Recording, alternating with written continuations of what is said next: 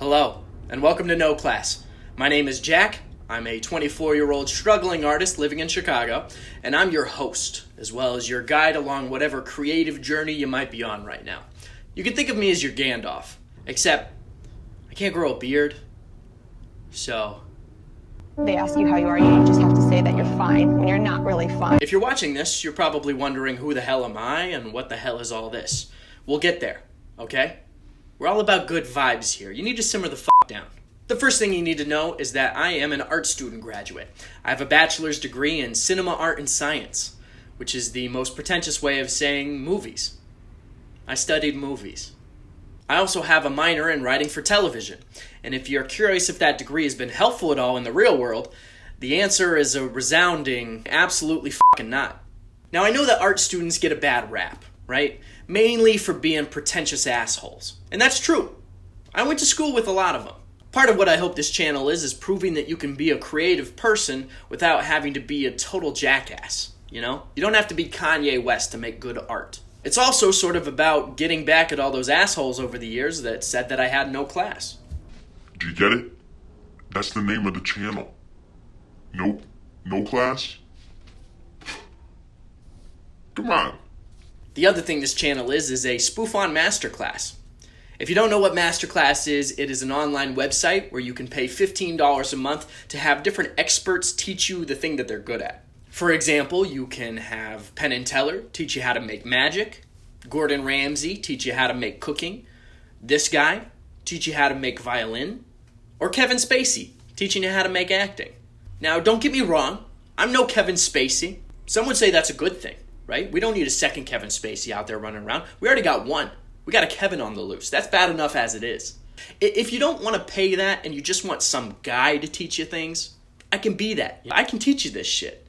I'm definitely no expert, but I feel because of my stint at art school, there are certain things that I feel qualified to talk about. At least semi-qualified. Okay, maybe not qualified at all. And it's free, okay? So beggars can't be choosers. If you want to pay the $15, go pay it. But if you want some free advice, I'm here for you. One of the series I want to do first on this channel is teaching people how to make a feature-length screenplay. I feel a lot of people have a lot of great ideas that could be turned into screenplays, but they don't have the technical knowledge knowing how to go about making it happen. So, my goal is to sort of help people along that journey. But with all that aside, I also want to do a little bit of goofing, you know? What's the point of having a YouTube channel if you can't goof? I might try my hand at some different video essays, breaking down different creative elements to help you in that way. But I also want to try things in mediums that maybe I haven't tried before, like painting. I don't know shit about painting, but it might help people who are good at painting feel more confident in their artwork if they see me suck ass at it.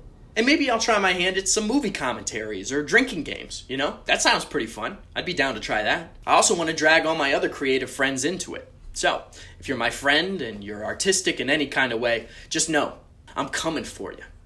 Alright? I'm coming for you. Now that all that shit's out of the way, who am I, right? Why should you trust my opinion? Well, you probably shouldn't, number one. But I figured there's no better way to get to know a film student than to know my top 10 favorite movies.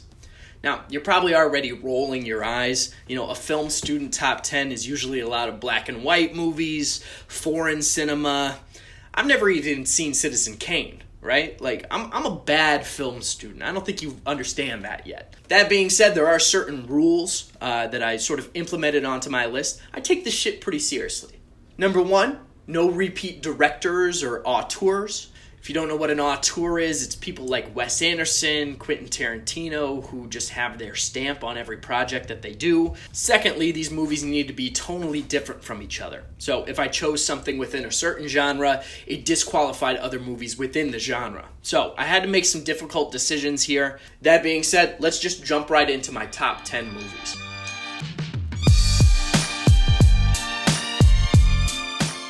Number 10 on my list is Skyfall, the James Bond movie. Now, there's been a lot of sort of pushback, I feel, recently, especially about franchise movies and how they're not artistic or whatever it may be. You know, I'm looking at you, Jennifer Aniston. I think that's bullshit, okay? I'm just going to call it right out. Saying that a movie is a part of a franchise and can't be artistic because of that is just completely false. I mean, you can look at movies like Guardians of the Galaxy, The Dark Knight, even Joker that just came out is a really good example of creative statements that go beyond the confines of the cinematic universe that they're contained within. And Skyfall is one of the best, in my opinion. Visually, this is such a pretty movie. The cinematographer on this is Roger Deakins. I only know that because all the cinematographers that I was friends with were constantly jerking him off. He does have a lot of really good work out there, and this is one of his best in my opinion. It's a very good movie beyond just the James Bond name. Moving on. Number 9 is my Wes Anderson pick. This was a difficult one. I love my boy Wessie. You know I was going to shout him out somewhere on this list. I went with Moonrise Kingdom. If you don't know who Wes Anderson is, this is a pretty good starting movie for you. It gives you a really good idea of the quirky style kind of associated with him. And personally, I'm a sucker for coming-of-age movies. Just that whole genre is something I find myself drawn towards. So this, of course, is going to be one of my favorite movies. Admittedly, I think my favorite Wes Anderson movie is The Darjeeling Limited. It does seem a little bit pretentious compared to this one, so that's why I went that direction. But because I put Moonrise Kingdom on here, I had to disqualify a few other coming-of-age movies that I really like, including Kings of Summer and The Way, Way Back. Definitely worth checking out. Number 8. This is the one where I'm going to lose a lot of the pretentious art students, I can already tell you. Pineapple Express? Yeah. The one with Seth Rogen and James Franco. That you're thinking of the right one. But honestly, if you just look at this movie for what it is, it's really fun, and it's a good movie. It makes you laugh, it keeps you on the edge of your seat, and that's everything you want out of a movie. So, get over yourself. Pineapple Express should be on more people's top 10s. I'll say it right now. On the complete opposite side of the spectrum, number 7 is the movie Her, with Joaquin Phoenix. I've noticed this movie tends to scare people off when you tell them the premise, but if you're unsure about this movie, take the leap. It's worth it, I promise you. A lot of beautiful moments, an amazing color scheme. I don't notice color schemes all that often, but I noticed it in this one. It's also a very, I feel, realistic depiction of the immediate future. A lot of times it's easy to go overboard, but this one really keeps it pretty modest, and I really enjoy that about it. And as a film student, you know I gotta geek out about it. This movie is based off of Spike Jonze's and Sofia Coppola's relationship, and that same relationship spawned Lost in Translation years before this movie ever came out. So, you know, that's sort of a thing that I'm geeky about. There's a few other quirky movies that felt similar to this one that I needed to disqualify based off tone. Lars and the Real Girl, another really good written story that's pretty quirky. Submarine by Richard Ayoade. And I also have Eternal Sunshine of the Spotless Mind, every indie girl's favorite movie. Number 6 is one that you probably never heard of. It's called Everybody Wants Some. It's a movie by Richard Linklater, most commonly known as the guy who did that movie that took 12 years, Boyhood. If you know his style, it's kind of hard to pinpoint the plot. It's sort of a little bit more loose than that. It's more of a character study. It's more about being immersed within the universe of the movie. It's sort of a slice of life movie. I would say keep your expectations low going in, because when I went into it, I wasn't quite sure what to expect, and I was blown away with how funny and how much that I liked it. Unfortunately, because it's a period piece, it knocks out some of my other favorite movies within that genre, like Adventureland.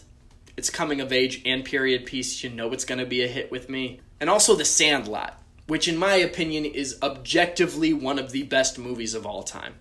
If you don't agree, get off my channel, okay? I don't need your view. I don't need your subscription. I don't want you in my life. Just go. Pack your things and get out.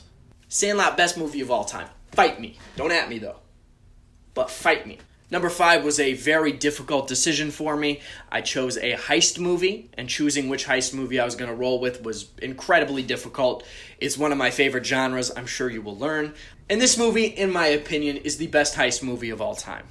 It's Ocean's 11. In terms of rewatchability, I dare you to name another movie that you can rewatch as often as this one and still enjoy. It doesn't matter if I just watched it like an hour ago. Anytime you ask me, do you want to watch Ocean's 11? The answer is yes, okay? Put that shit on. It's just everything you want out of a heist movie. It is... I love this movie. But you know I gotta give some shout outs here. Snatch. Amazing British heist movie. Logan Lucky, same director, Soderbergh. He really thrives within this genre. And tonally, I think this movie is kind of similar to Mississippi Grind, which is a movie with Ryan Reynolds and Ben Mendelsohn. It's a road trip gambling movie. It's a little bit different, but it just has sort of the same vibe. Number 4, another very difficult one. I had to choose my favorite Edgar Wright movie for here. It was a toss-up between Baby Driver and Scott Pilgrim, but eventually, Scott Pilgrim vs. the World won out. Stylistically, this movie is on a whole nother level. It is like watching a comic book, which I enjoy so much. It's also got a great soundtrack, and it's just all around a really fun time. Number 3 is my rom-com choice for this list. It is Ruby Sparks. It's another one not a whole lot of people have seen.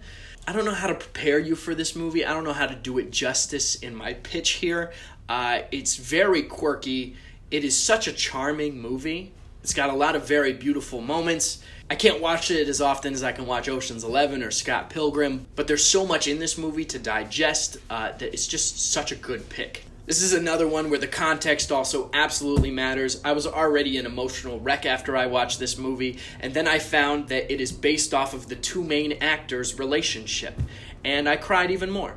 Similar to this movie is About Time, one of my favorite rom-coms. It's also sort of has a supernatural element to it like Ruby Sparks does. The Big Sick, another very good Chicago rom-com. Love me some Chicago. That's the quickest way to my heart. Also features Zoe Kazan, who is in Ruby Sparks. And I also put Swiss Army Man, which is featuring Paul Dano, who is in this movie. And it's not quite a rom-com, but it's quirky enough that they feel tonally similar. My number 2 movie is Django Unchained. A lot of film students I talked to, their favorite Tarantino movie is the one that they saw first. And for me, that was Django. I saw this one in the theater 3 times. I loved it so much. It's this epic journey. There's lots of twists and turns. The cast is amazing. It is very cathartic. There are some really uncomfortable moments in this, of course, but it just makes the victory at the end of it feel so much more hard-earned. But again, only one spot for Tarantino movies on this list, which meant that I had to disqualify Inglourious Basterds, another one of my favorites, Once Upon a Time in Hollywood, pretty recently, but I think it's one of Tarantino's best, and also Pulp Fiction. Also had to disqualify another Western. I love the Western genre, and Butch Cassidy and the Sundance Kid is one of my favorite Westerns of all time. And my number 1 movie of all time, drumroll, nobody gives a shit, it's Garden State. Now, I know, this is probably the most art student, pretentious movie that I have on my list. Not because of the movie itself. I think this movie gets a bad rep for all the cliches that are in it, but I think this movie invented the cliches, you know? I don't think it's because it was playing off cliches that were already there. I think it's because it did a lot of things well for the first time, that it continued to be emulated after this movie came out. So I don't think that's by fault of this movie. All that aside, this movie will always be my number 1 movie because it's the movie that made me want to make movies. Before this, I had only seen big budget blockbusters, and none of those really hit me the same way that this movie did. You know, I saw a bunch of characters I could relate to, a plot that was kind of winding. It was much more about exploring the characters, exploring their journey, than it was about going somewhere definitively. And it was the first one that I saw and was like, I can do that. Also, one of the best soundtracks of all time. I've got the vinyl right here. There are some movies that didn't make this list that just feel like I have to shout them out as well. We got In Bruges. If you're a fan of dark comedy, this is the dark comedy movie. Kingsman: The Secret Service, one of my favorite action movies of all time. And The Church Scene. The Church Scene. Oh my God. If you don't know what I'm talking about, watch this movie just for the scene. And we got Tangled. It's a great movie, okay? It's much better than Frozen. And it's got a great soundtrack, and it makes me cry a lot. I don't care what you think about me or about this movie. It's so good. Do you agree or disagree with my list? Let me know below. I might respond to some of them. Who knows? You know? I'm feeling this thing out. Let's see where it takes us. Also, what videos would you like to see me do on this channel? Again, I have an idea for how to write a screenplay start to finish. I think that's something that a lot of people would like to know, just to sort of help them along their artistic journey, but I'm open to all sorts of things. DIY stuff, arts and crafts, whatever it may be. If you want to see something, if it could help you, let me know below. We're for the people here at No Class. So let me know what you want to see and I will try to deliver. Also, it's worth mentioning, I don't have a set upload schedule for what I'm going to be putting on this channel. It's just going to kind of be freeform for the time being. Again, I'm a creative type. Sue me. And, yeah, that's all I got. I didn't think up like an outro or anything.